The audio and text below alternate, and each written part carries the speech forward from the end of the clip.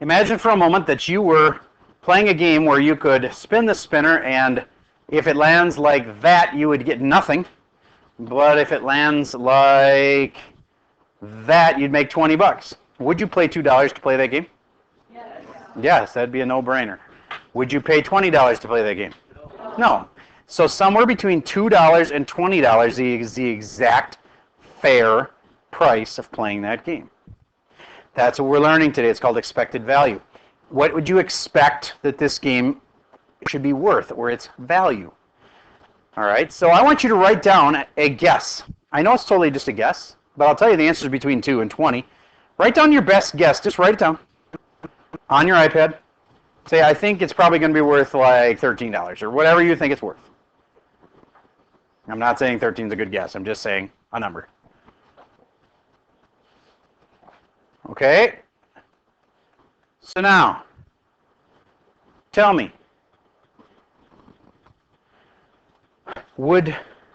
how many of you would pay more than $10 to play this game?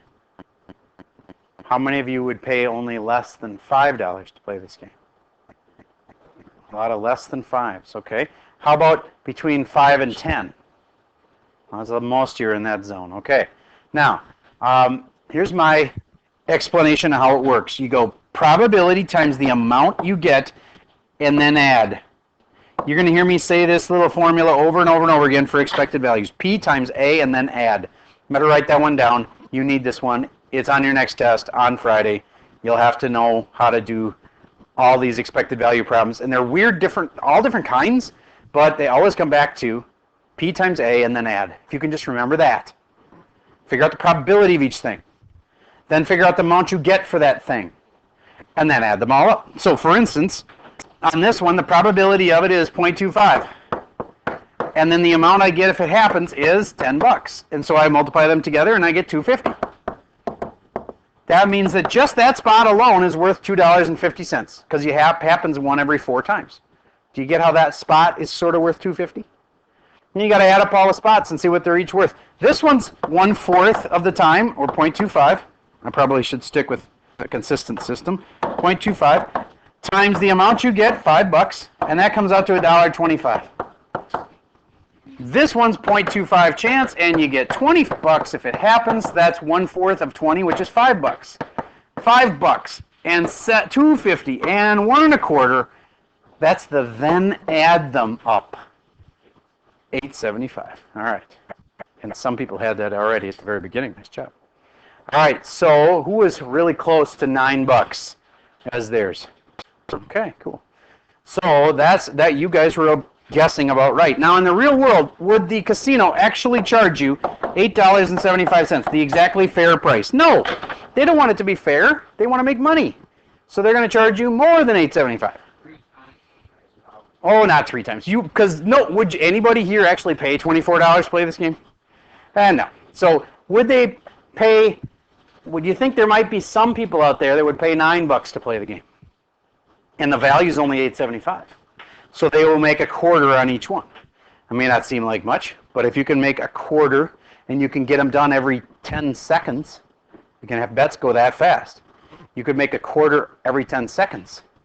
That would mean 6 quarters in an hour, or excuse me, in a minute. 6 quarters in a minute is $1.50. If you're making $1.50 a minute, then how much is that in an hour? You go times 60. All of a sudden you realize that's 90 bucks an hour that machine is cranking out. Would you like to own a machine that makes you 90 bucks an hour?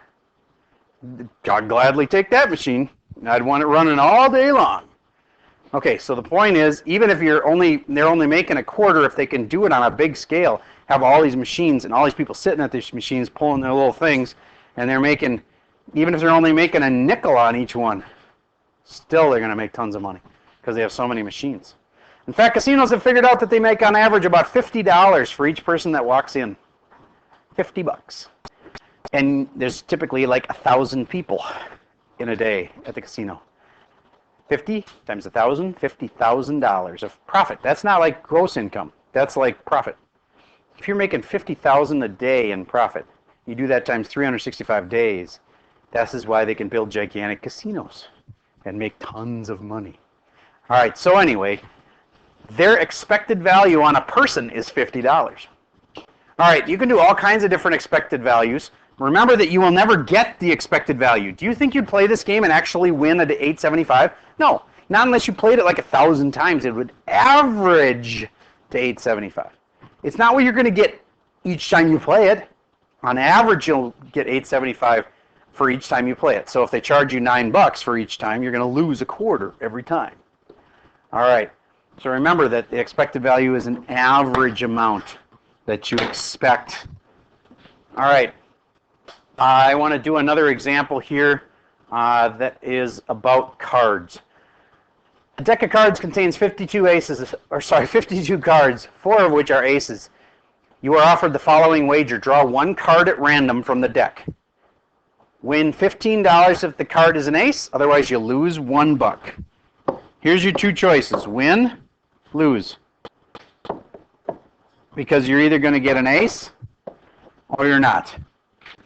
Okay, well, what's the probability of winning? How many aces are there? 4 out of 52. Grab a decimal for that. Take a calculator. Figure it out. If you don't have a calculator, use your iPad calculator. It works fine. Lose 48 out of 52.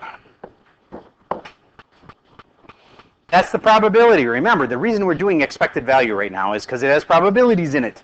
Of course, you have to find the probabilities. Probabilities times the amount you get. If you win, how much do you get? $15.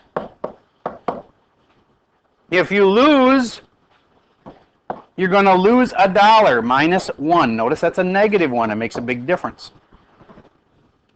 So your chances of losing are pretty big. 48 out of 52 chance. Times the amount you're going to lose would be, well, actually, I think when you divide 48 divided by 90, or 52, isn't it like 0.92? Thank you.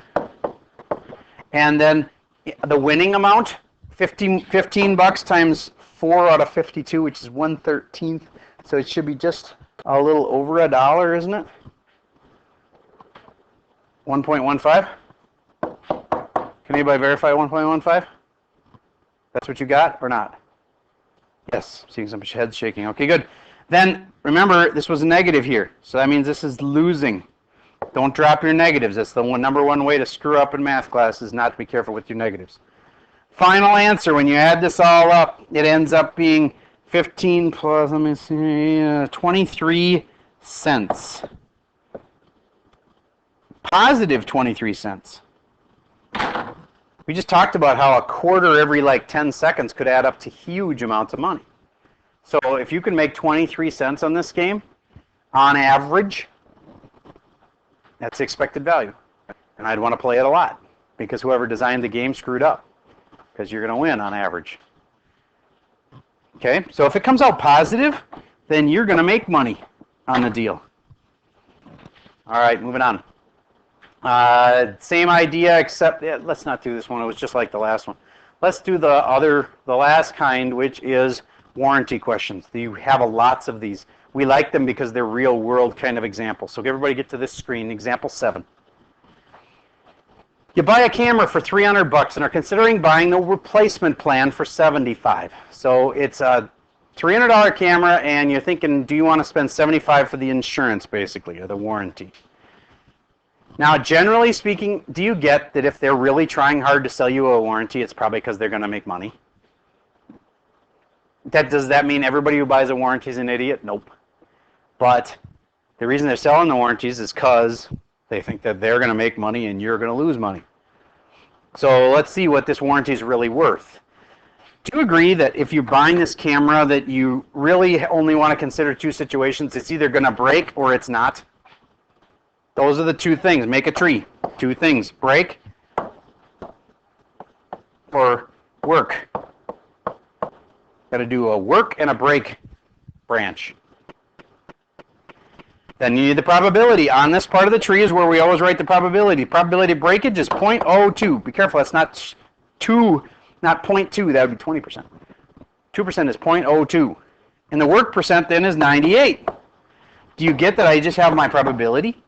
What's that? The P. And then what's the other thing called? The amount. What's the amount I get All right, so if it breaks, what's the amount I get that I should multiply? P times the A. What's the amount I get if it breaks? $300. You get $300 back. What's the amount I get if my camera works?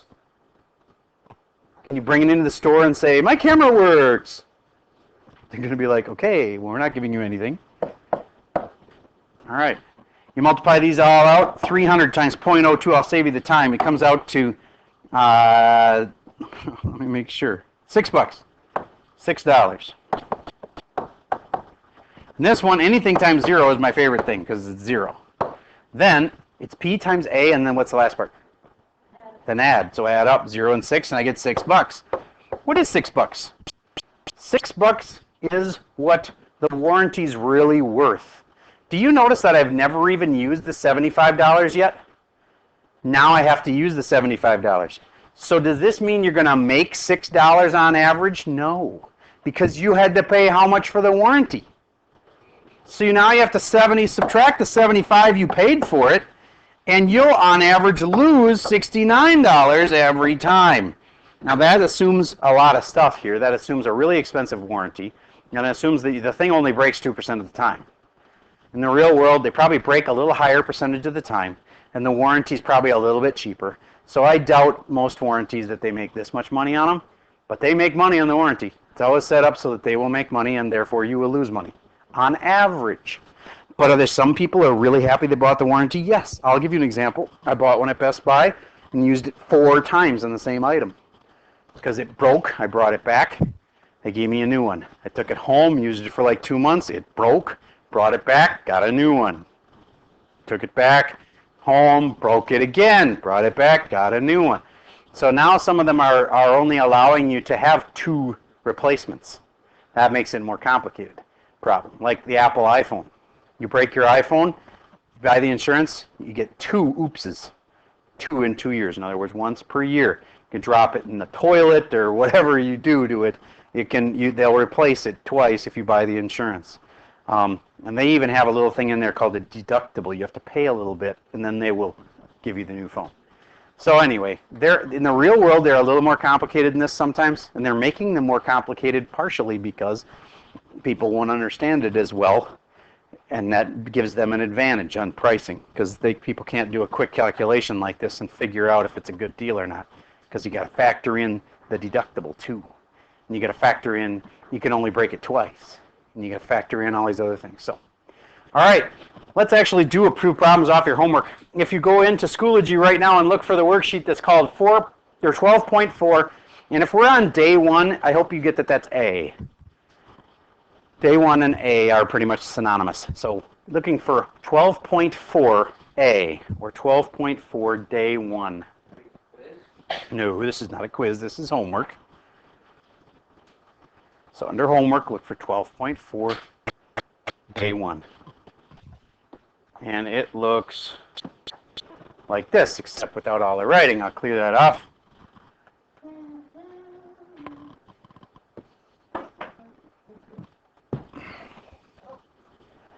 Number 1, do you see how it's got, like, it's like X'd out? Strike through over the words? That's because number 1 was so confusing that it was a really terrible problem to start with for kids. So skip number 1. We're going to go directly to number 2. It's much more normal. All right. Don't talk right now, please. Stay with me. All right. I need probability times amount, and then I'm going to add them all up. P times A, and then I'm going to add them all up. Each of these is a separate little thing. It needs its own little P times A. And this needs a P times A, and this needs a P times A, and this needs a P times A, and then when I'm all done, I'm going to add those all up. What is the probability of this thing happening? Well, there's 350 out of, you could add all these up, or if you look in the directions, it says that's out of what? 1,000. So it's 350 out of 1,000. Can you do that decimal in your head? I can. 350 out of 1,000? It's just what? 0.35. Probability here is 0.35. What's the amount? There's no dollar amount. It's a family size amount. So we take 0.35 times 2. What's 0.35 times 2? Can you do that in your head? 0.7. That's the first value is 0.7. I got to do that for each one of those little columns. Find the probability of this next one. 200 over 1,000. I can do that in my head. That's 0.2. The probability is 0.2. The amount is 3. 0.2 times the 3 makes 0.6. I'm going to take the 0.7 and the 0.6 and all the other ones added up. All of these get added up, and that will give me my total expected value or expected size of a family. All right, so P times A, and then add them all up. Let me help you with number 3. A lot of people get stumped on number 3. Start it with me here. Again, you don't want to just watch, or then 5 minutes later you're going to say, what did he say again? There's 2 things that can happen at this conference. You're either going to pick a man or a woman. I'm going to shorten woman. Man and whoa. Okay. And I'm going to have a probability of picking a man. Well, there's 72 men out of 100 is 0.72. And that means the females would be 28 out of 100 or 0.28. There's my probability. Times the amount. They're trying to get across the point that this isn't always amounts of dollars. What is the amount for a man here? It says right in the problem. Men have a mean height of 1.79. P times A. And then when I get that answer, I'm going to add it to the other P times A. What's the amount for the woman? 1.62.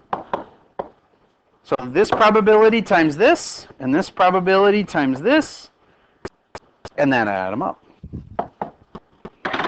So you just have to make yourself a little tree each time, or figure out all the different probabilities, and then times by the amounts, and then you add them all up. All right, to make your life just a little bit better, I am going to have you skip problem number 5 on this assignment as well. Just do a really thorough job of the rest of them. And anybody who's going to be gone tomorrow for the plan test, you can just do the evens. If you are gone tomorrow, you can just do the evens on that assignment. I think most of you guys will be here. I have a few sophomores, though, that are going to be gone for the plan test. Do the evens on the next worksheet. The next worksheet's just the same basic idea. It's just 12.4b. Yes? I have a college group now. Same thing. If you're gone, you can just do the evens on that assignment. Okay, and today's homework is normal because you'll be just like everybody else until tomorrow. Tomorrow you won't be here. When you're not here tomorrow, I don't want to give you as much homework to do because it'll be harder for you. So just do the evens, okay? And then when you come back the next day, you can show that to me. All right, so today's only homework is the 12.4a, and I just showed you can skip number 1 and you can skip problem 5. Do the rest of them. It's always P times A, and then add them up. Remember, there's a key for these too. Feel free to check your homework. It helps. Since we spent a lot of time at the beginning of class doing that basics review stuff, we didn't have much time to work on homework, but you still got about 5 minutes left. Okay, that's all I got for you for today.